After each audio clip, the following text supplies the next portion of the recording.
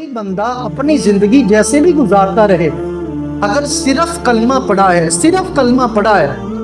اس دنیا سے جب جاتا ہے تو دین اس کو کتنی عزت دیتا ہے، کتنی عزت دیتا ہے۔ اسے دیگر لوگوں کی طرح جلا نہیں دیا جاتا، اسے پھینک نہیں دیا جاتا،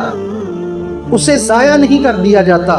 بلکہ صرف کلمہ پڑھنے والا جس نے اور کوئی عمل نہیں کیا، چاہے کلمہ بھی اوپر سے پڑھا ہو، اسلام اس کو بھی اتنی عزتیں دیتا ہے کہ اسے پھینکا نہیں جاتا، اسے غسل دیا جاتا ہے، کفن پہنایا جاتا ہے، اور اللہ کی قدرت کا چپار اسے آگے آگے لے کے جایا جاتا ہے۔ عزت اور تکریم کے ساتھ یہ بھی ہو سکتا تھا کوئی ایک ہی بندہ کندھے پہ اٹھا کے باہر جا کے قبر میں پھینک دیتا، لیکن نہیں، ایسا نہیں کیا جاتا۔ 4 بندے عزت اور تکریم کے ساتھ اٹھاتے ہیں، اس کے لیے دعائیں کی جاتی ہیں، پھر اسے اٹھا کے صاف ستھرا لباس پہنا کے پھر اسے جا کے قبر کے سپرد کیا جاتا ہے۔